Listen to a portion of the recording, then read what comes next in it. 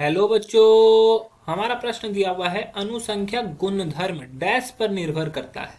किस चीज पर अनुसंख्यक गुणधर्म निर्भर करता है ये बताना है। चार ऑप्शन है हमारे पास। विलयन में घुले हुए विलेय कणों की प्रकृति, विलयन में विलेय कणों की संख्या, विलयन में घुले हुए विलेय कणों की भौतिक गुण और विलायक कणों की प्रकृति। तो यहाँ पे कुछ क्वेश्चन में एरर है, वो आप थोड़ा ध्यान देंगे। अनुसंख्यक गुणधर्म यहाँ पर खाली स्थान है, डैश पर निर्भर करता है। तो चलिए समझते हैं इस प्रश्न को। तो इस प्रश्न की मुख्य अवधारणा हो गई अनुसंख्यक गुणधर्म।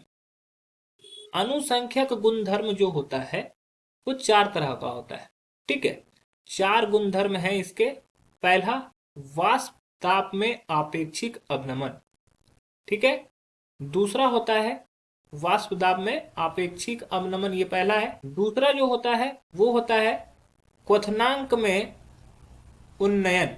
अगर तीसरे की बात करें तो होता है हिमांक में अवनमन। और चौथा होता है परासरण या परासरण एवं परासरण दाब।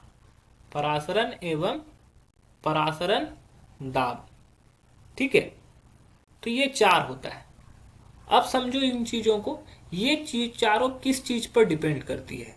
तो ये चारों जो होता है विलेय के कणों की संख्या के कारण होता है। ठीक है, विलेय के कणों की संख्या पर के वजह से होता है।